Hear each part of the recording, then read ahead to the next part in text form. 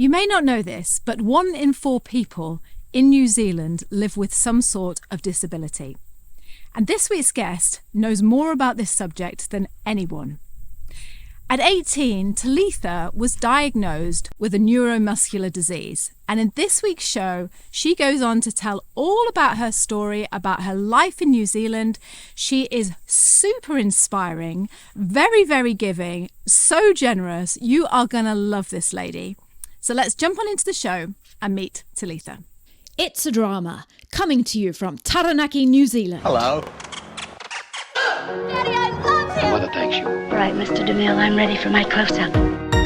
Talitha, welcome to the podcast. I am so excited to have you on here and finally get to chat to you.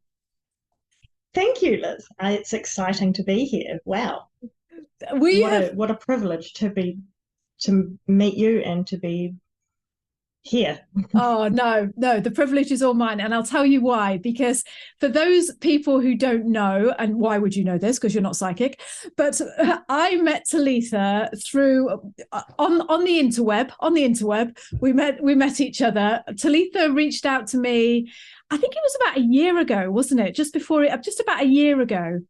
And you reached out to say hi and that you love the content and that you're a Kiwi and you were just there to support me. And I am not joking. I mean, what we're going to be talking about is disabilities in New Zealand. But before we start this conversation, I want to make it clear that I reckon that you are the kindest person in New Zealand.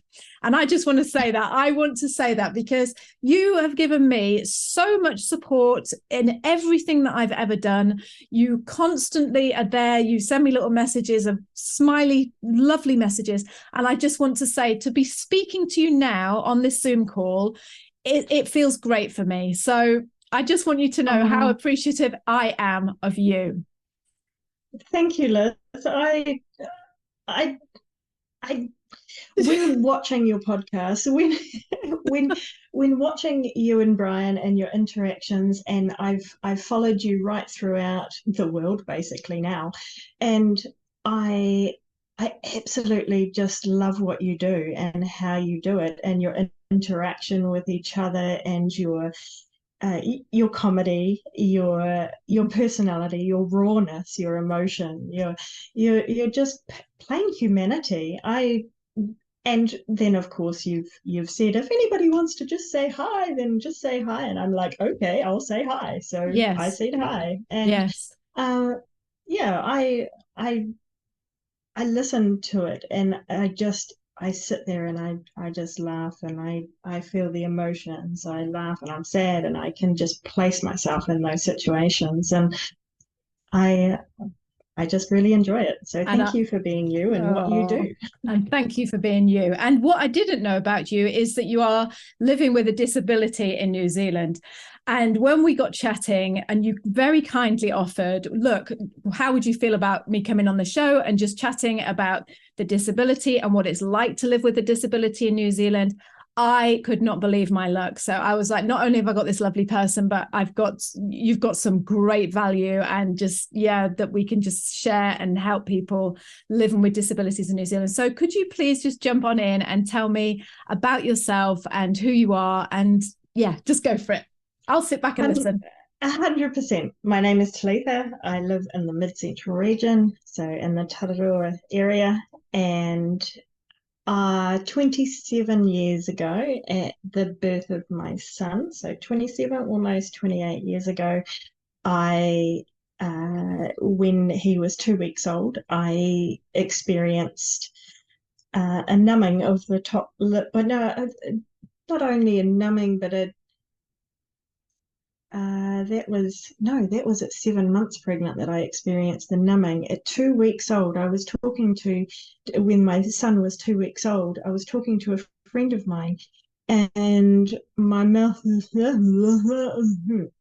and I completely lost my words. I completely lost my ability to talk, and I just started slurring, and then I couldn't keep my eyes open, and it just happened like that. It happened really quite quickly, and then And the lady, I mean, talk about awkward silence. The lady was sitting there and we were talking about, this miraculous, lovely, horrible birth, and this incredible little baby, and how wonderful it is and how interesting it all is. And then it's like dead silent.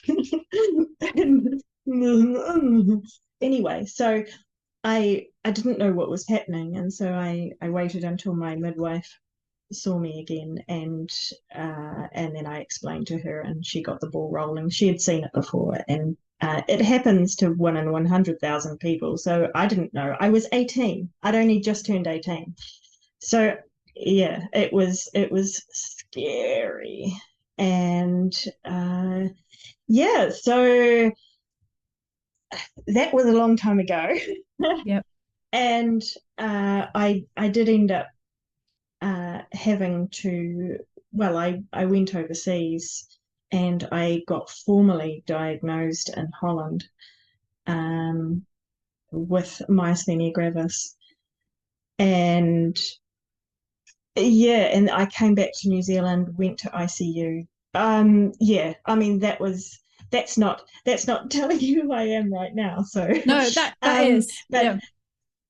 Okay, all right. That is, but it all started back then. I think who I am today, it started then because I remember sitting in ICU and I didn't have my baby with me because I went from fully breastfeeding to not seeing my baby at all because I got flown home from insurance and put at the airport and got told to go home and they will be in contact with me. And so I went home and they got in contact with me. I went to Wellington. I was living in Motueka at that point, so down in Golden Bay. And they didn't realize the severity, I don't think, at what I was at that point, at which I couldn't eat and I hadn't been able to eat for months. I was living on Complan because it was the only thing, like that liquid food, because it was the only thing I could eat because otherwise it would either come out my nose or I would choke it. And it's a great party trick. And I the never-ending meal. And so I went to Wellington and I was sitting in ICU. Well, no, laying in ICU on, with things all over me. And I remember my friends and my family were coming in because the doctor had told them and had told me that if I died, basically they couldn't save me. And I was to get my affairs in order. I don't know what affairs I had at 18, but and so everybody would come in, they would sit by my bed and I was on oxygen and they would they'd just sit down and just start crying. And I would be like, it's okay. And at that moment, I thought, if I make it out of here alive, I'll do something with my life. I don't know what it is. I don't know what it looks like. But if I get out of here well, then you can't stop me. And that's where it started. And I have grasped every inch of life that I can. I subsequently had another child because the doctor said, you can't have any more children, you are too sick. I had all my hair falling out, I had everything, my bone density, everything was falling to bits. And I said, it was literally just after they took out my thymus gland, which is next to my heart, and so they do open chest surgery, and they which is part of your immune system, which is part of the condition. And they and they said, oh, well, you're in here with pneumonia, you are breathing on half a lung, we need to change your medication. And I said, I want to have another baby. And they said, you don't have time. I'm like, yeah, I do. So, this is the way that I'm going. long story short, I ended up having another baby, and immediately, straight away. Well, not that day, but I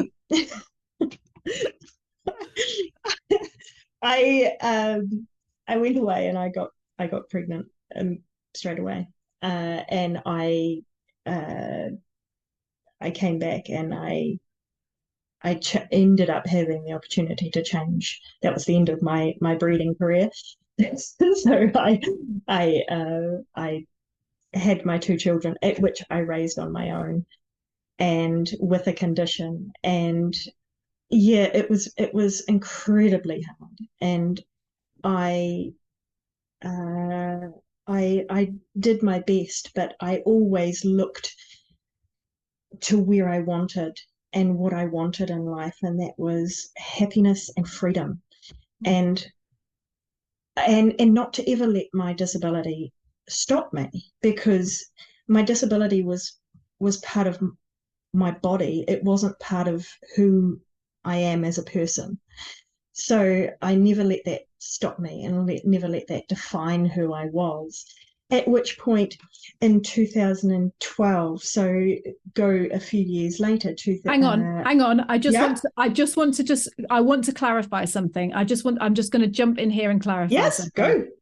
First of all, I need to say you are just so, I have never met anyone like you before, because you've got this disability, but you have this habit of just laughing at yourself constantly and making fun of yourself. And it's quite discerning when you're sitting here thinking, oh no, like this is really serious. And there's you going, oh yeah. And everyone was at the side of my bed when I was dying, and blah, blah, blah, blah.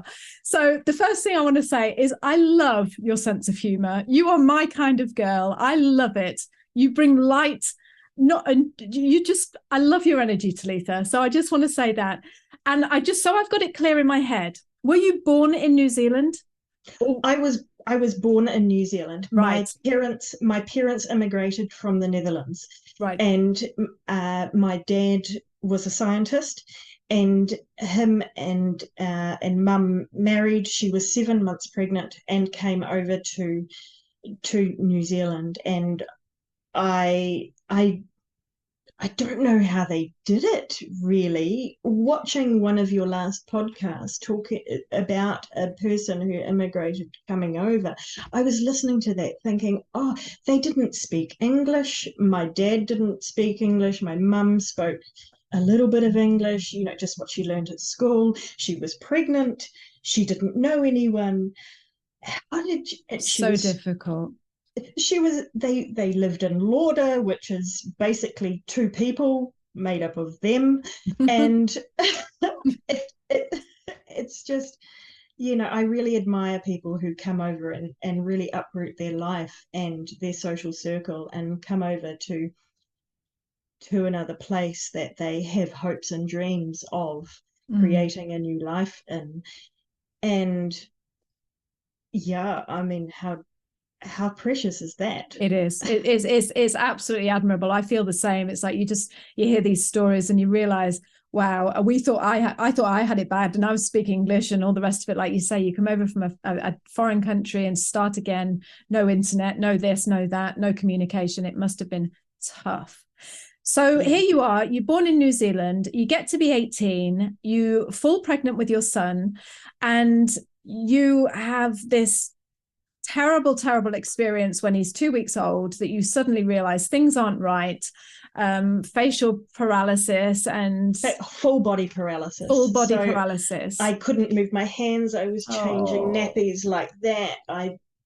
My whole face was down. I couldn't open my eyes. I was driving like this just to hold my eyelids up, and probably shouldn't have, but it is what it is. Yeah. And yeah, it was something that I didn't know, and there was not the information out there that I, internet was still dial up, so there wasn't the information on the internet that you actually needed to be useful. So in 2012, I made a commitment after trying to find a support group for my condition, and I I couldn't find one. I asked around the place and I couldn't find one. It was suggested by somebody that if I wanted one, why didn't I start one myself? So I did. And I put myself out there quite publicly, and little by little, subsequently for the last 10, 11 years, I've been building up a network around New Zealand of people who need support with the onset and the diagnosis and the ongoing life challenges of myasthenia gravis. And that is, some people just come in and want to know a little bit of information, and I will give them as much as I know, as much as I've prepared. I've got some branded gear, I've got some bits and pieces, I've got a book of little bits and pieces that I've put together. I've written a children's book for children to understand what's happening with their parent. And it really is just a guideline to what I would have wanted at that stage. So they can get their families and friends together and say, here, this is what it is. And now as a family unit, what are we going to do? And then, yep. Go on. And then they may not ever come back to me for anything else, which is absolutely fine. But it just gives them a kickstart to say, here is something, you're not alone. Right. So I want to come back to that in a minute, the fact that you're doing this as a business, but still I'm interested in your story. So you come back to New Zealand, you went over to see your family, I assume. You came back to New Zealand, you were diagnosed with, I'm going to try and say it right, myasthenia gravis. Yep. So a neuromuscular disease. Is Correct. that a common disease in New Zealand, in the world? How many people have got this disease? In New Zealand, statistically, it's still 1 in 100,000. In other countries, because it's a little bit more well known in some areas, it can be up to 14 to 20 in 100,000, but it is still classified as very, very rare. Right. Okay, so it's a very rare disease. So you've got no support, you've got no information, there's no internet, there's no groups. From when you were diagnosed, first of all, let me just ask, I need to know this. How do you treat this disease? What happens so you don't die? What do they do to keep you alive? And what, I don't mean to, but you are living a normal life and you're a very normal, vibrant, alive lady. How are you doing that? I'm very medicated. Right. I take and every now and then, every now and then, every few years or a little bit more often lately, you have a relapse, and there's no telling what will trigger it. It might be extra stress, it might be anything, it might be just what your body wants to do that time, and it goes into a full relapse, and then I have to go into hospital and receive life-saving immunoglobulin, which is the pure protein out of the immunity that people give when they donate plasma. Right. And there can be in one 200 ml bottle that I get 3 of in any sitting, or 3.5 or 4 or whatever in any sitting, and I have 5 of those per day. 5 3 bottles. In one of those bottles, which is 200 mils, there can be anywhere up to 1,500 blood donations.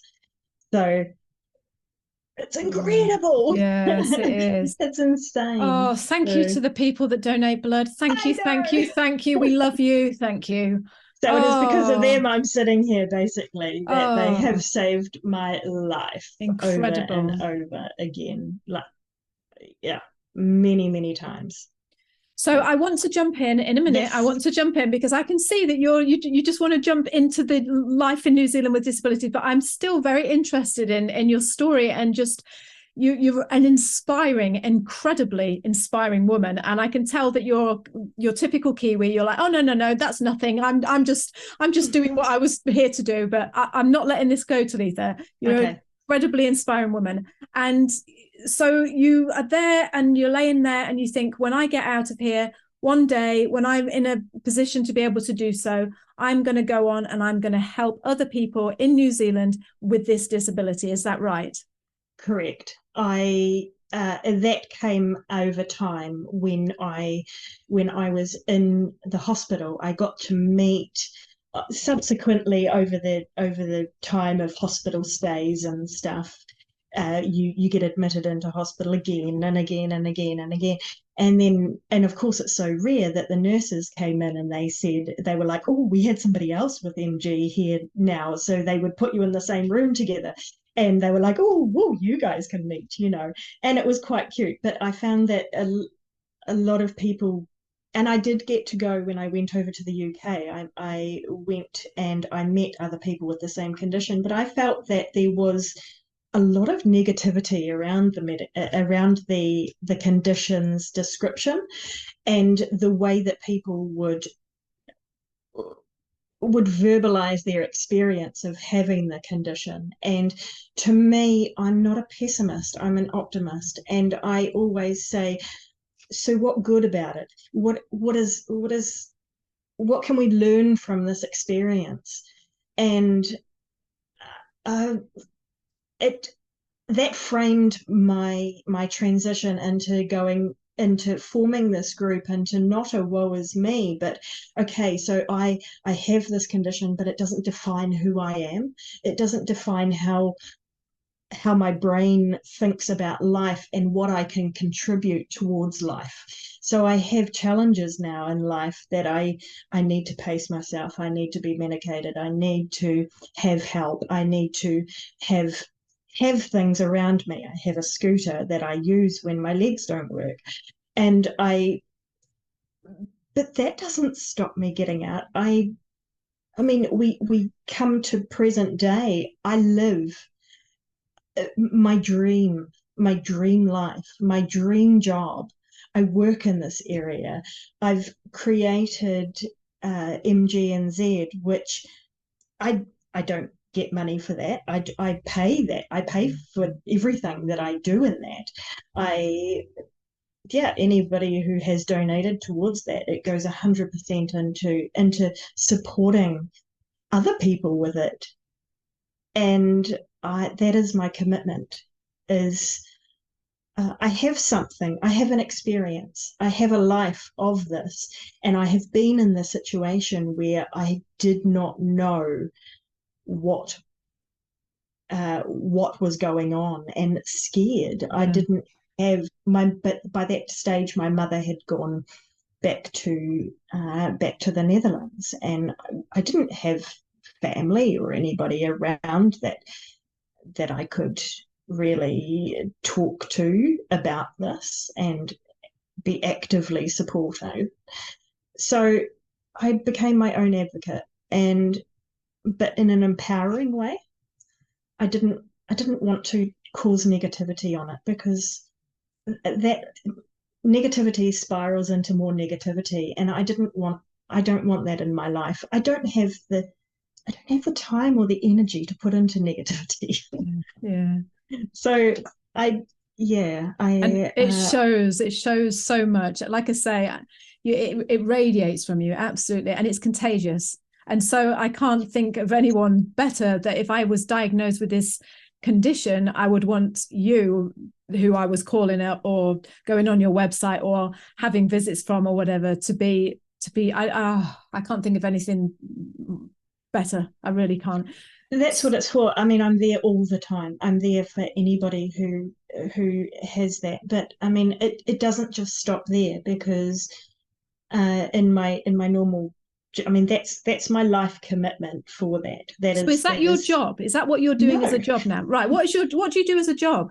I work as a field worker for the Muscular Dystrophy Association, that entitles 70 conditions under their umbrella. So, and one of them is mine. So I get the opportunity to talk to people with a range of experiences of different disabilities, and I talk to them as a member of the muscular dystrophy as well as a field worker, and I can offer them support and advocacy and understanding of lived experience. What does a field worker do? What would you do in your job? What is that? What would you do?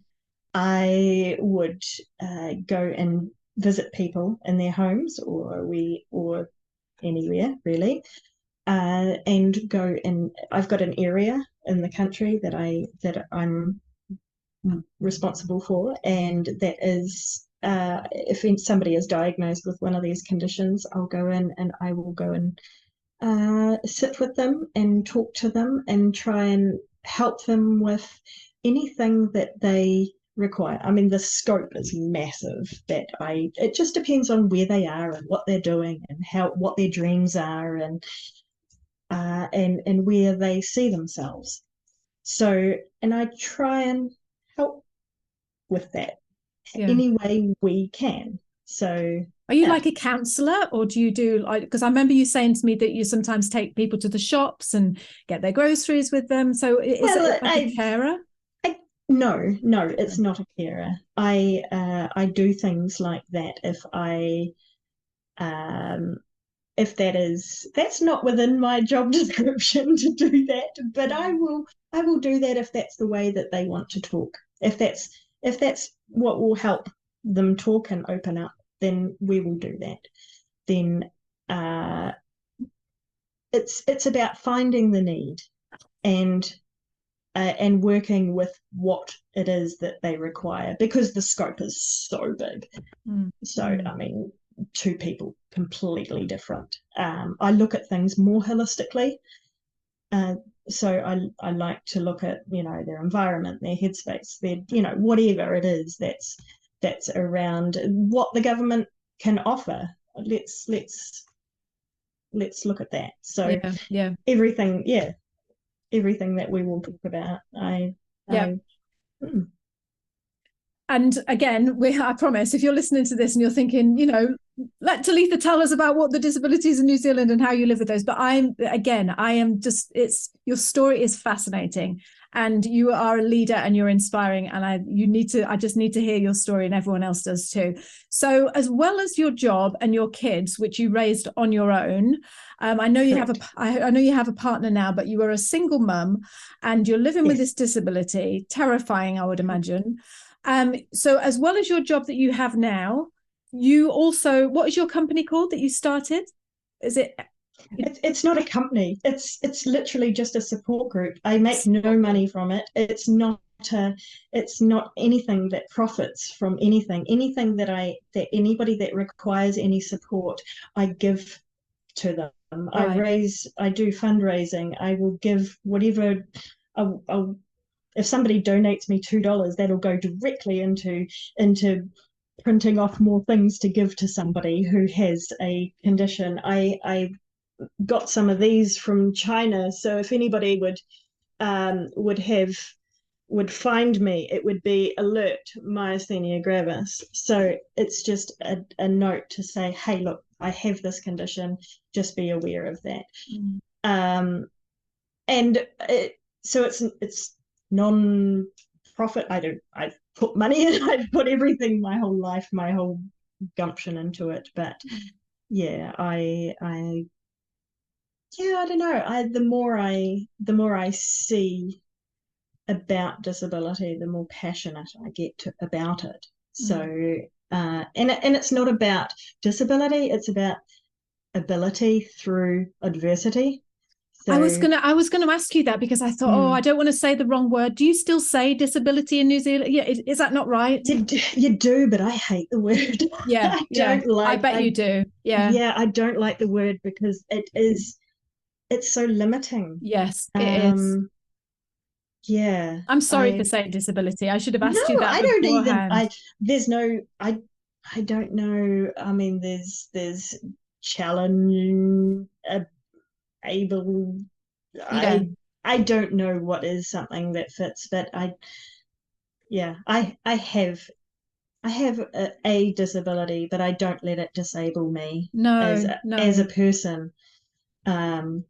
It makes me stronger. It's actually really funny because my weakness makes me stronger. And so, I mean, the definition of a disability in itself includes anything that's long-term mental, intellectual, sensory, in which in interaction with various barriers may hinder the full and effective participation in society. I mean, this is like the Dr. Google just transcript, which allows for equality of somebody with the same age, the same standing, who doesn't have that limitation in society, and then it would be on an equal basis with others. So then if you don't have that, then you're considered disabled. It's interesting though, because when people say disability, and especially when you see the parking permits and all that, it just says wheelchair. And it's like, well, if you don't have a wheelchair, you mustn't be disabled. That is like such one of those misinformation. It's incredible. It is, because when you think of disability, I mean, I'm talking completely ignorantly now, but this is what I think is when you think of disability, you think of people who can't walk, or they need a wheelchair, or they need help. But actually, I don't know this for a fact, but I would imagine like depression is a disability, isn't it? It's something that's stopping you from functioning in real life, like is causing you to not be able to function properly. And I never think about that. It's like you say, you always think of the wheelchair, or like, the person with no limbs or something. And you don't think of the wide range that it covers. And I agree. I don't think it's right that it should be disability, because looking at you, you're like, oh, it's like you're right up there, it's just like, no. Ability. Like, it's like, I know. Find your ability. Yes. Find your ability. Yes. I mean, yes. Okay. So you may not be able to walk, or you may not be able to do something. You may have things that limit you, but what is it that you can do? Yes. What is it that you do want to do? What is your passion? I mean, the world's your oyster, and you do have constraints to live in, or restraints to live in that, within that situation that your body allows you to. But you don't have to spend every minute of the day saying, woe is me, I can't do this one thing, so therefore everything else is not useful. It's like, there is a lot about anybody that can be useful. Everybody has such different talents. Did you know that 1 in 4 people in New Zealand have a disability? Well, no, I didn't. I didn't. 1 in 4. 1 in 4, and 35% of over 65s.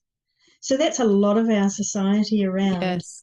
Yeah. I mean, when you're sitting at your cafe and you're drinking your coffee, how many of those people have a disability? Yes. Yeah. That you don't see. I know that. And again, that's the thing, isn't it? It's like, because they're not sitting there with one leg, you think, you'd never know. You never know what's going on and what they're coping with and how they're coping with life. And such a good point. But also, I mean, some people have a genetic predisposition for a condition, and mine isn't genetic, mine's not contagious, it's neurological. I mean, it happened, it just happened. But I mean, a lot of people don't actually realize that they may end up acquire something later on in life, or they may have a child with a condition because the two genetic mixes have mixed to create a child that now have the symptoms of something that has varied in the genetic pool. So it's you never know when these things will or should or could or will occur. You just don't. That's life. Yeah. Okay, right. Promise you, no, not yet. Before I promise you, we're going to talk about how traveling around New Zealand on a plane with disability, we're going to talk about support networks. We're going to be talking about just the community and group about living in New Zealand with disability. But I want to say, because when I got chatting with you on the Zoom call that we had the other day, just to like introduce ourselves in person, when you were talking, I thought, okay, this woman is just, you've got all this fantastic information. But the thing that comes over to me about you, Talitha, is that you are the epitome of Kiwi kindness. And that is a huge, huge, interesting, just fascinating subject to me, about how the people of New Zealand just give. And it's not just like, and I'm not saying, oh yeah, maybe one or two. As a nation, the New Zealanders are just, they're just giving. We've talked about it so many times. But you are just one notch above that. And you're just like, you are. And don't you snort like that, young lady. And Sorry. don't you try and pass me off. You are one notch above that. And I am, because you're not going to mention this because you're too humble. So before we jump into all the stuff about living in New Zealand, I want to say, I never knew that in 2015 you were shortlisted onto the New Zealander of the Year award in the local hero category. Why didn't you tell me that? Why didn't you brag about that?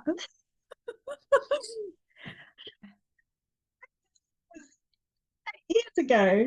No, it is something that I'm really proud of. You should be. I got to the top 10. I got in the top 10, which is it is one of my greatest achievements, I think. I feel incredibly proud of that, and that was for the work that I had done through MG and Z. And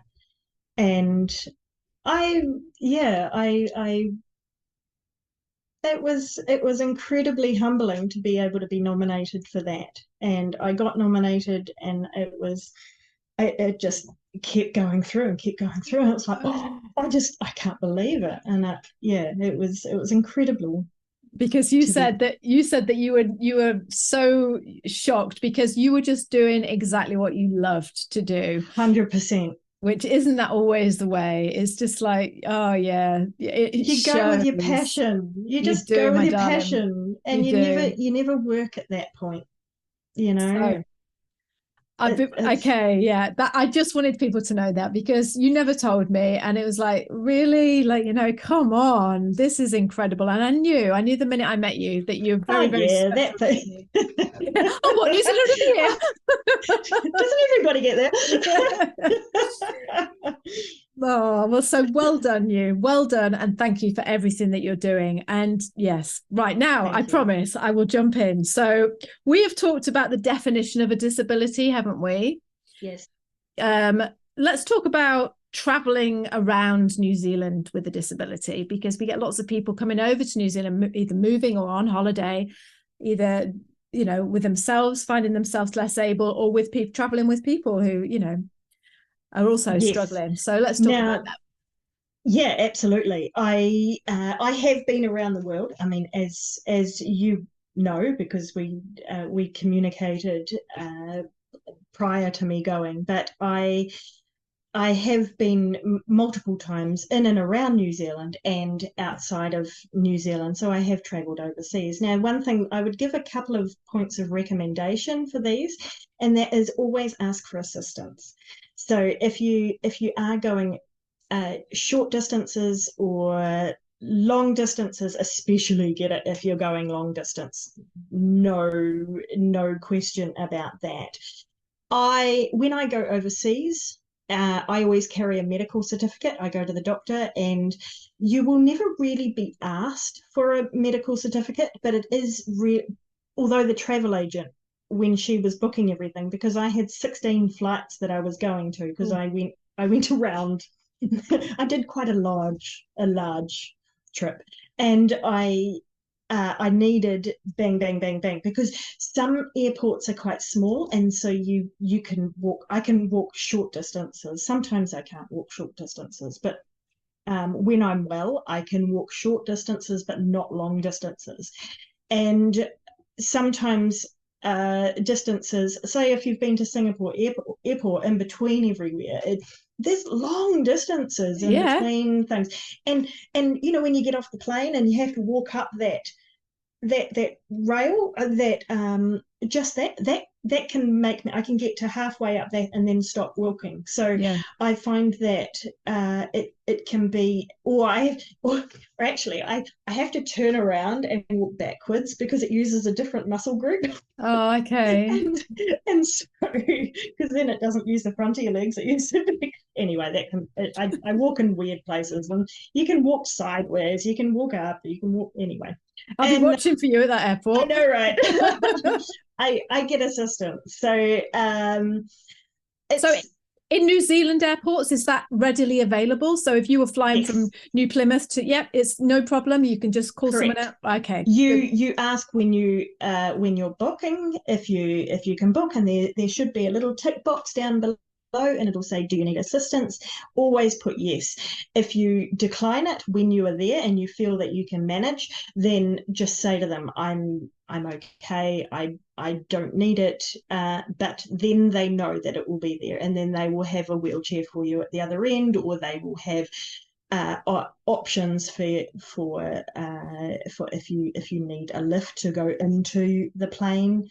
The planes are getting better, I believe, with accessibility. So yeah, they just talk to the plane about your needs. Okay. So that's always necessary. Another thing that I found was, if you can upgrade, I would.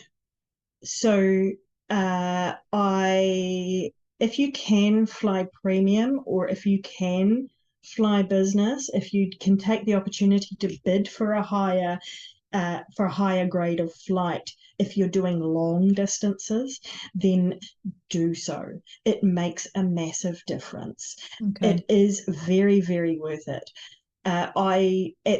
So when I flew in, the difference between flying economy and even premium or business, you get that time to relax a little bit more. You get the time to recover and not squeeze into tiny little room. You know, in that tiny little seat, you get time to sleep more, and that can be life-changing, especially for someone like me who needs that. It was really funny, actually. I'll tell you a funny story. I was in one of the airports, I can't remember who it was, and I had a ticket, and it was one of those times that I went on, and I think for €100 I clicked on from premium to business, and it was massive upgrade, but anyway. And so I was able to go to the lounge, and by that stage I really needed to, and I was going along and I was getting pushed, and I said, I need to find the business lounge, and they said, I need to find that. I just said I needed to find the lounge, and they said, it's down there somewhere. Just keep going, and I was just like, oh, okay. And then I said, I don't know how far it is. I need to find the lounge. And I said, so how far roughly? And I just started asking more questions. They said, let me look at your ticket. So they took the ticket, they saw business, and it was like Jekyll and Hyde. They were like, oh, excuse me, ma'am, come with me. It's right here. And I was just like, that could have saved a whole lot of stress. But yeah. And where was that?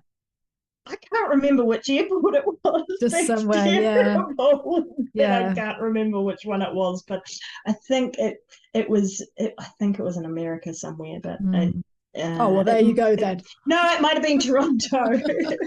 But yeah, it was. Yeah, I can't remember. I did a lot of flying at that point, so it is really. I did my research as well to know, especially Christchurch Airport is bigger than you think it is. And I've got to a point where I thought, oh no, I'll be fine and not take my scooter. And then by that stage, I had to walk down the path to go to the plane, and then back up to the plane. And by that stage, my legs start off like that, but then they go like that, and they end up sort of, and my husband almost had to sort of lift me to get me onto the plane. It was like, well, next time we'll take your scooter, shall we? I'm like, yep. that was a bit further than expected. So yeah, in that situation, I wouldn't recommend leaving it too much. But in general, you find that the help for people in New Zealand is just perfect. It's great, is it? That's perfect. Good. What about compared? I mean, I know this is a bit off topic, but compared to the rest of the world, what did you think? I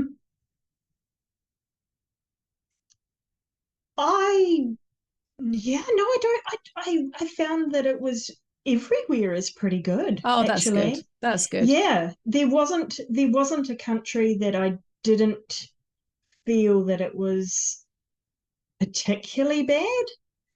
Yeah, you do get on the plane first. Yeah, I was going to wait. Yeah, I was going to say, do you get like special treatment? Because you think that people would give you special treatment, like, like upgrade you for nothing, like, because it's like, okay. No, they don't upgrade you for nothing. No, it's not fair, that, is it? They should. No, it's not. You're not allowed to go in the aisle. You're not allowed to go in. You have to go in the aisle, and because you're a liability if you go next to the window, which I don't mind because and then you can't go in the exit aisle either. So that's where all the leg room is. Yeah, that's messy. Yeah. So they won't put you there because then you're a liability. So and what about oh, sorry, go on. Oh, no. I was just going to say, so always calculate and make sure that somebody tells you, is it going to be 5-meter walk or is it going to be 500-meter walk? Yes. Those are the things that you just drill them for a little bit more information when you are there to see whether you can cope or whether you can't cope.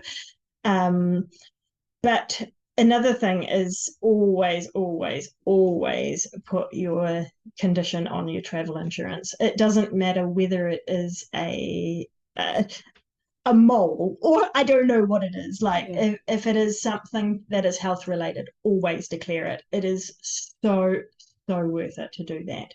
They do want to know. They want to know for a reason. If you don't declare it, something happens, then it's on you. Really. But insurance will go out of their way to help you if you can. But around New Zealand, ask. There's another thing around not only flying but around New Zealand, depending what your level of need is. There is a Facebook page which I go on, which I think is incredibly good, and that is the Accessible Travel Forum. It's a Facebook page. I stumbled across it not long ago, and I love reading it because people give real good reviews. Oh, that's great.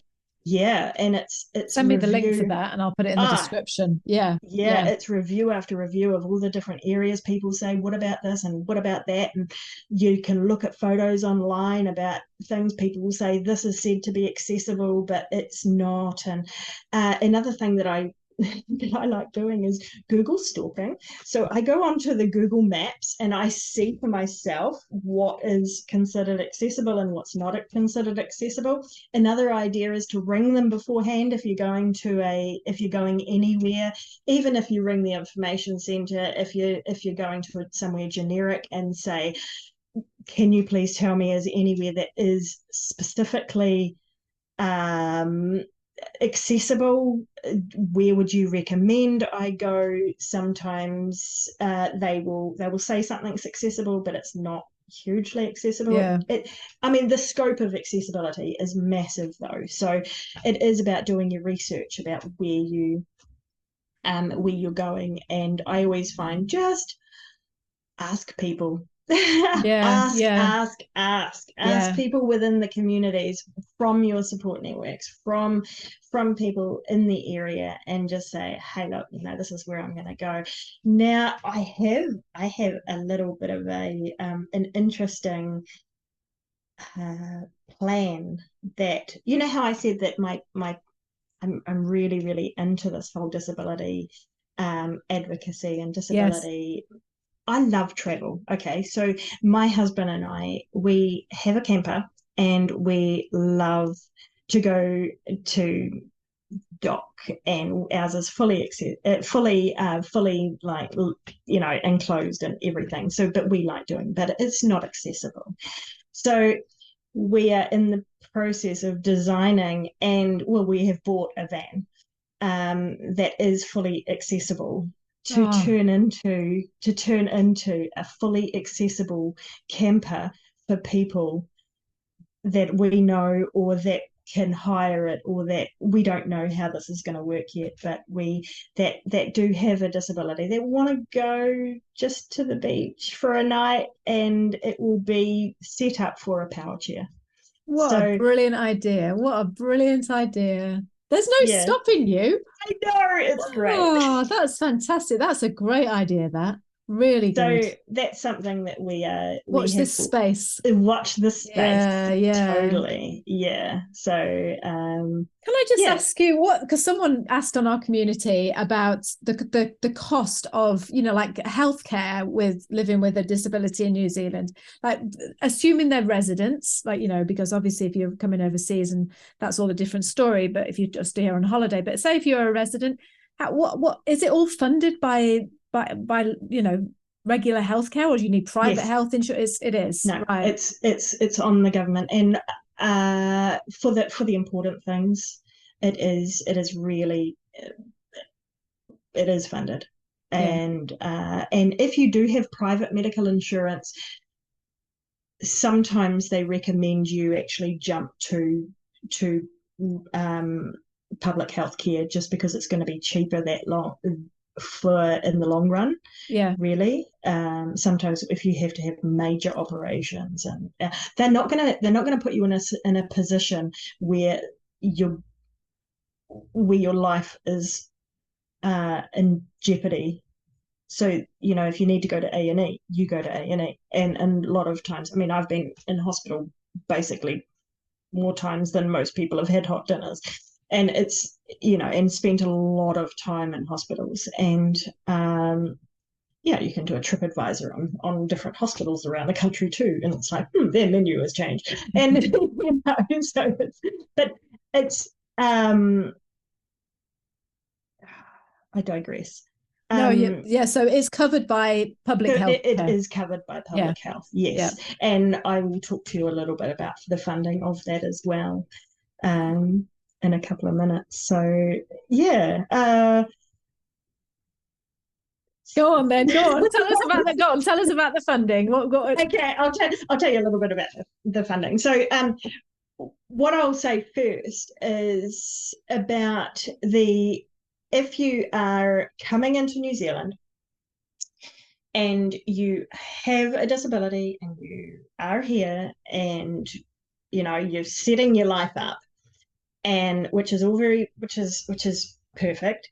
And or if you are here for a time and something happens and you acquire a disability, not necessarily an accident, that you will recover from, but something that you won't recover from, and something that happens, whether it's genetically based or whether it's a predisposition, or any of what I said prior about the definition of what a disability is. There are social, I mean, it's really interesting. It is really important to some tips and tricks of being in New Zealand.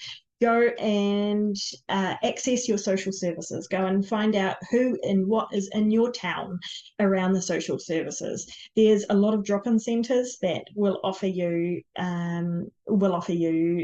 sort of maybe social workers or people that you can go to that can give you advice on where to go and what to do within your town.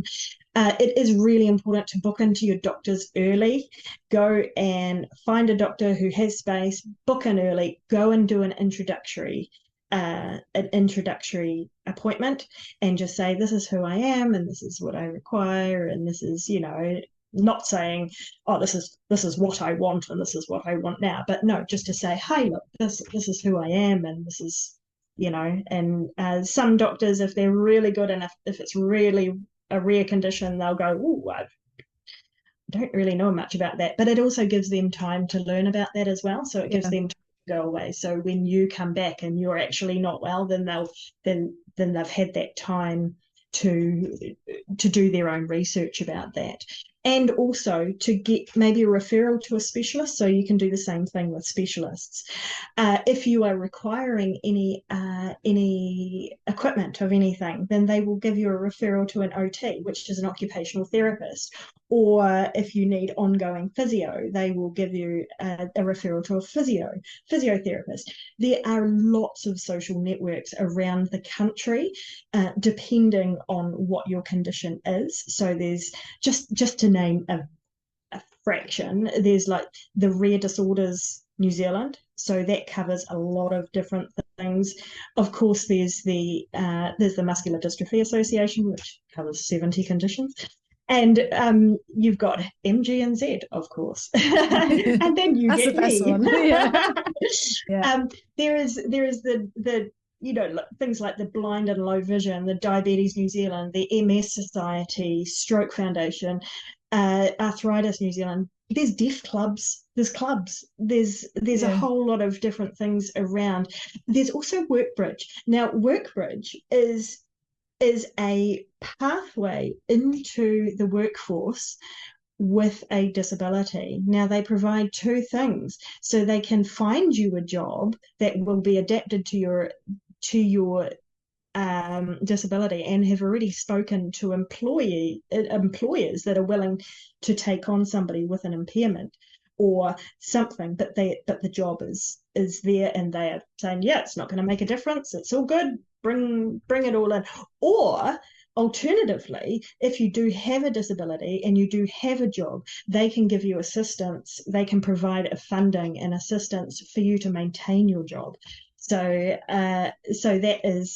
that's great. I was going to ask about working in New Zealand with disability. I wanted to know if there was any like prejudice, or they had to follow certain procedures, and so that's really, really great to know that. So these people help you find that job and adapt to that job. Is that right? Correct. Yeah. Yes. The other thing, Talitha, before I move on, I just want to, because it's in my mind. So if you, going back to the healthcare and the cost, say I was living in New Zealand and I had a child that needed a breathing apparatus thing, that you needed, and you went to the doctors and they're like, okay, yes, this child needs physiotherapy and she needs a breathing thing. Is all that free, or do you pay for that? There are certain aspects and certain things that are free. It depends what it is. There may be a cost in relating to mask replacement, but that can all be funded under different aspects. But yes and no. So I'll say, just to keep it generic, I'll say some things do and some things don't. However, that I'll talk to you about the funding a little bit more now, but I'll just say one thing before I jump onto the funding side of it. If you require like a medical alert button, something that you have to press, this is not a medical alert button, this is just but a lot of people have it around their neck, and then if you go into a problem, then you press the button. But if they it's actually really important that if you've moved to a town, then to give if you go to the fire service or something, or the fire service, or if you need an ambulance, or if you need anything like that, it's sometimes quite interesting, or it's actually quite important, and a lot of people don't actually think about this, to register the house, say with the fire department, and to say, I have a disability, I've only got one exit out of the thing, this is what my disability is. So if there is a fire in your house and they are called immediately, it'll come up with, this person has a ramp, this person has this, we're looking for somebody in a wheelchair, be prepared for this. Also, that another aspect of that is if you have a CPAP machine, or if you need ongoing oxygen, or you're on a cough assist machine, let them know about that as well, because let the power companies know about that as well, and then they will have that on record, that if you need constant power. Yeah, that's a really good tip. I'm not going to say any much more about that at this point in time, but that is always good to register your place and your health needs with your emergency services. That's brilliant. I wouldn't have thought of that, but it's true, isn't it? Like, and I didn't think about that with the power as well, because like you say, you have a power cut and you're on something that requires to help you breathe. That's a really so good tip. the emergency services could be aware of that. And also, like, there's a book that you can get from CCS Disability, I think, where to say I think it's what they put out initially, and it's called a health passport. It's a book. And it is basically all of your medical information in one place that you have written in to say, this is what I like, this is what I don't like, this is what's going to be effective, this is not effective for me. And it's a personalized version of your disability, and it's really, really, it's a quick look that anybody who is in the medical field that may be helping you at that particular time, they will be able to see just a quick brief version of what they need to know at the time.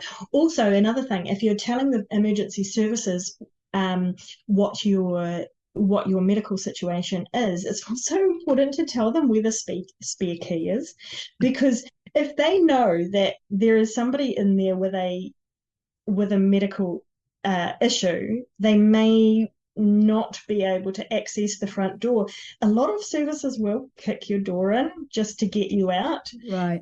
But if they have access to if they know where the spare key is, then they'll use that. Yeah, it's a bit easier, isn't it? It'll cost you less in door hinges.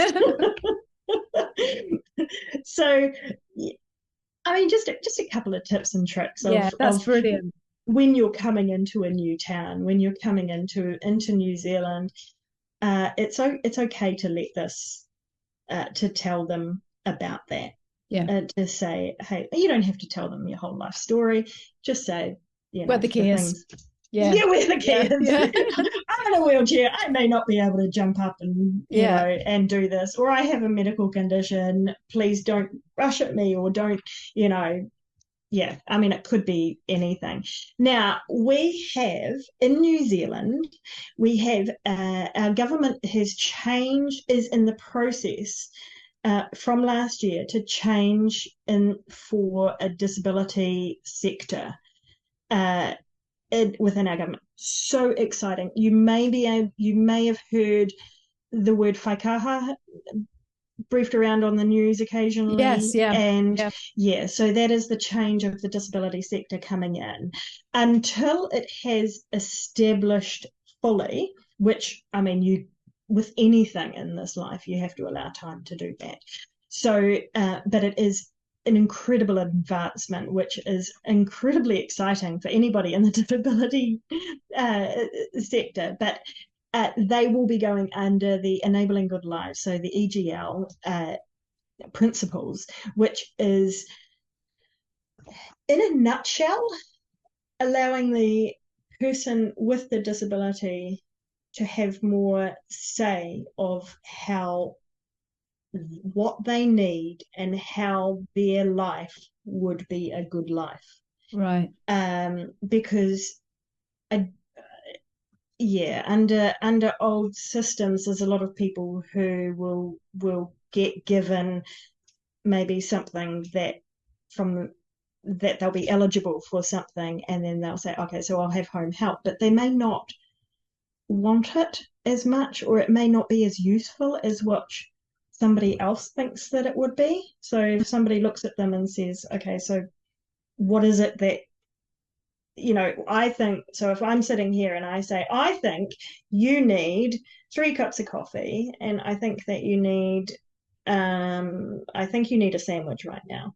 And you say, but I've had 12 cups of coffee today and I don't eat bread. And I say, no, but that's what I'm going to give you. So how much use would that be? So it's a little bit like that. So now it's the opportunity. So the Enabling Good Lives is the switch around that to say, what do you need? They tell you what they need rather than the other way around. Yeah, and it's a conversation. It allows the conversation to start, Yes, and it gives more of the voice to the person requiring or what they need from that service. So, in saying that, the Enabling Good Lives is functioning in already in Waikato, in Christchurch, and in the Mid-Central region. Oh, And that's fantastic.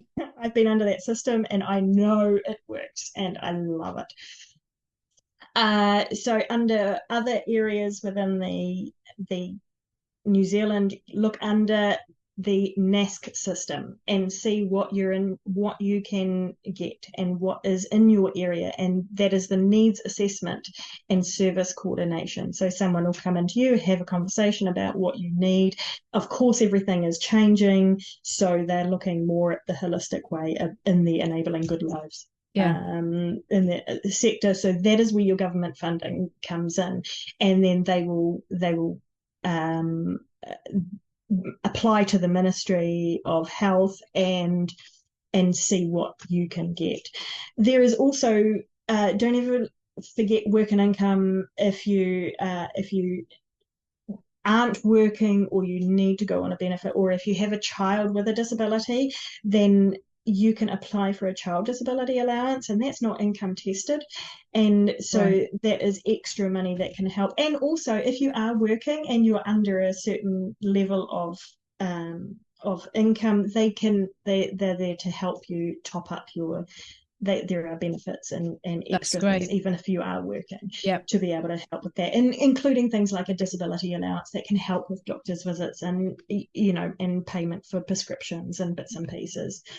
And I mean, of course, there's lots of benefits that are tailored specifically for people with a disability as well. So it's not the be all and end all. I mean, you're never going to make a lot of money when you're doing these things, on benefits or whatever. So working is always a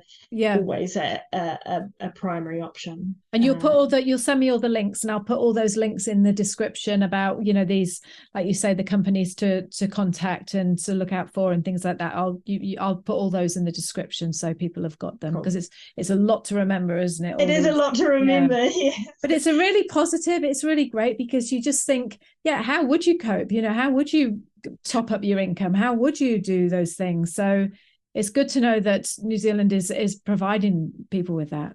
Yeah, it is. There's something else as well. Like when you go into a new community, it can take ages to integrate into that community. So, I mean, my recommendation would be to not be afraid of stepping outside your door and going and maybe joining the Lions or the Rotary, or attending and volunteering at your schooling events. And I find something that I find is that New Zealand is really based on volunteers. Most of the work that is undertaken in New Zealand is volunteer based.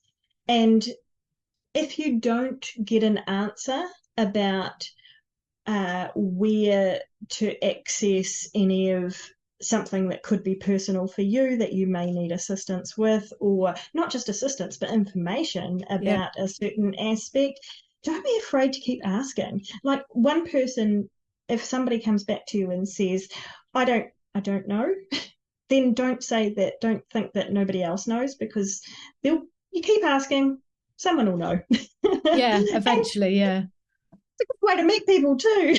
Starts a conversation. And it's a really good tip, because I would imagine it would be easy to just become isolated and just think, oh no, I'll just stay in, because even without having a disability, it's hard to go out of your door and join these clubs and things like that, isn't it? It's not easy.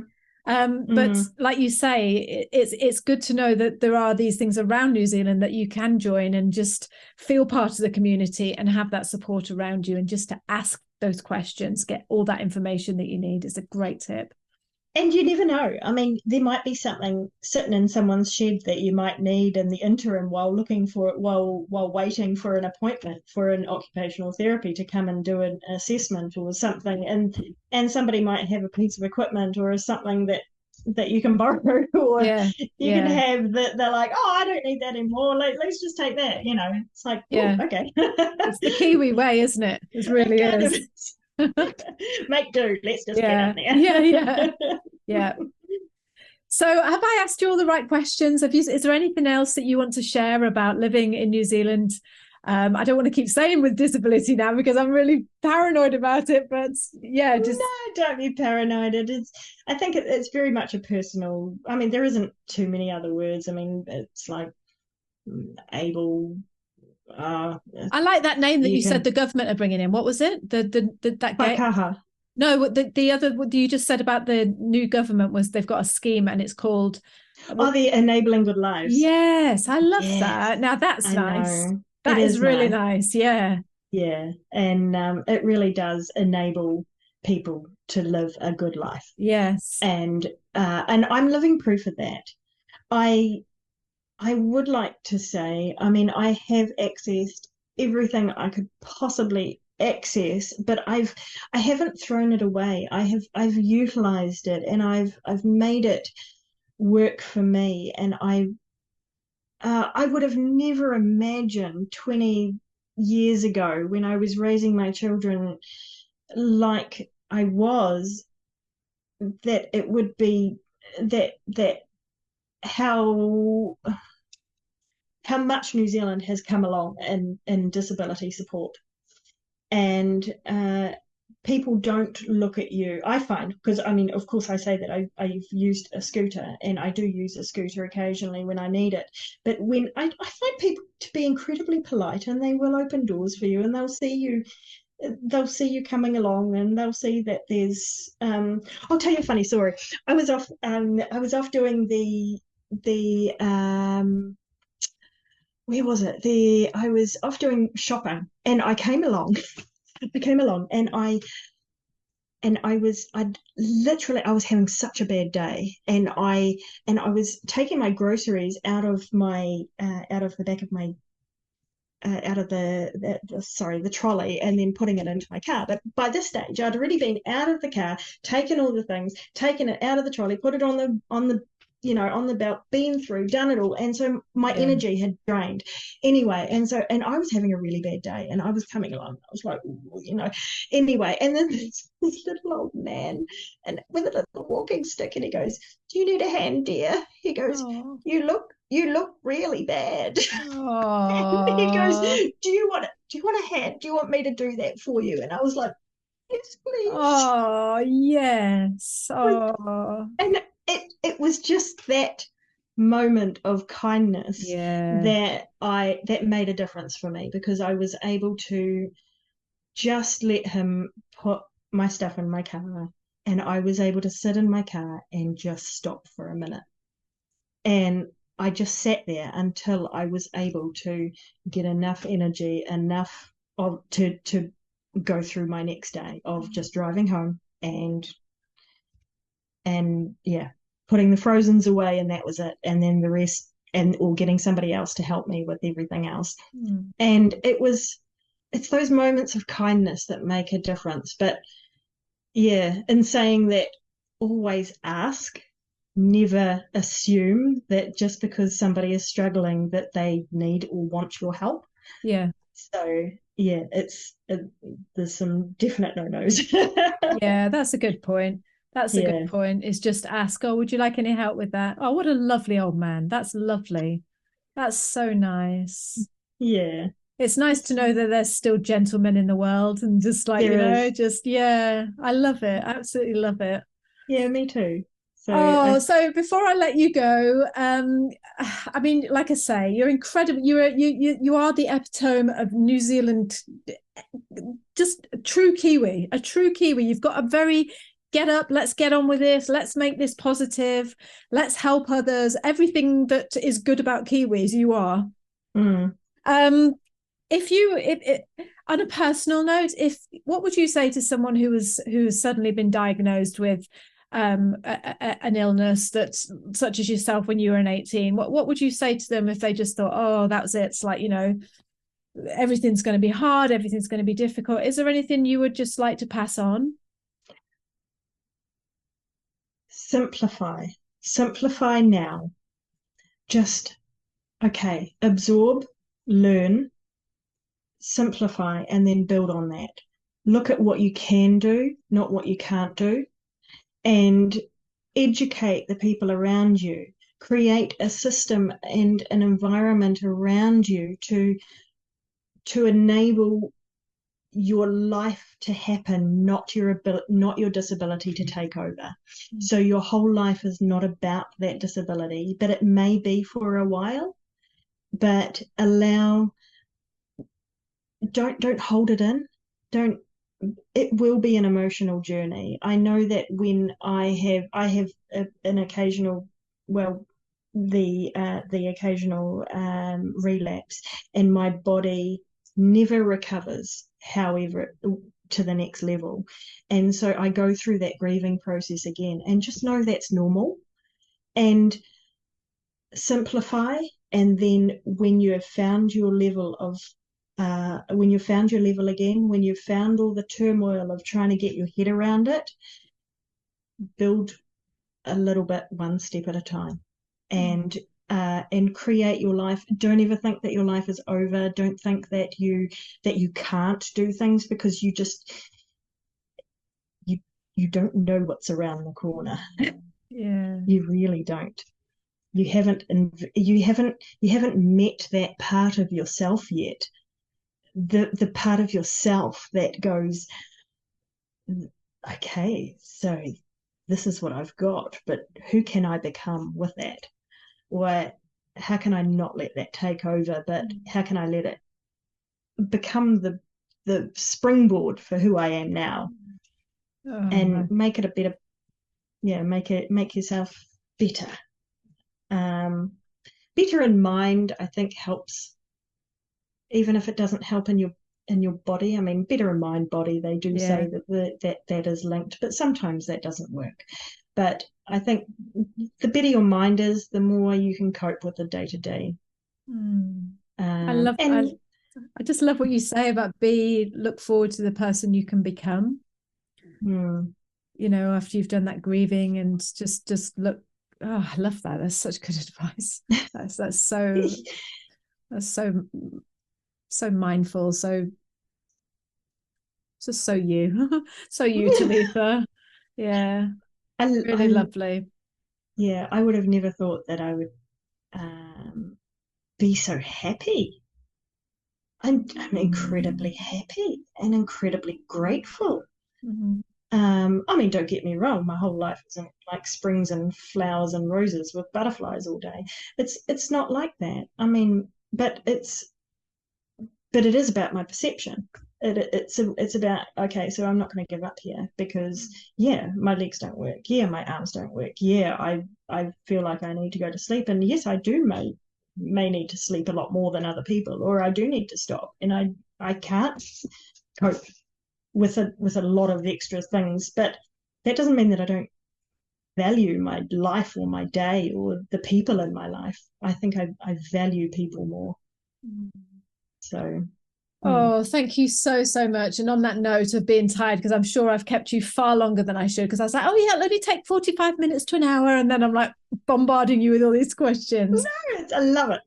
So I would just like to say thank you so much for coming on today and sharing your wonderful optimism, your knowledge, your energy is just beautiful. You make me proud to be a Kiwi. You really do. And I am just honored to know you. So I just say thank you so much, Talitha, and we'll catch up with you again sometime in the future. We will indeed. Thank you so much, Liz. Okay, darling. Bye. Bye. Imagine this. You've lived in the United States all your life. You've spent 30 years with your husband building a wonderful life for yourself. You've got a gorgeous house, you've got a really good job, and you've got all your children around you. But then 2 of your kids decide to leave and move to New Zealand. So what do? every day, I think too, if you're going to do this, if you're going to move, leave everything you know, then have known for 30 plus years, including a very good salary. Better have it squared away in your mind what your expectations are in New Zealand. In this week's show, you're going to meet Sherry. Sherry was a director of a hospital in the US, and she's come to New Zealand and started all over again. She's over 55, she's with her husband Dan, she's working as a maternity nurse. Her story is amazing. Let's find out.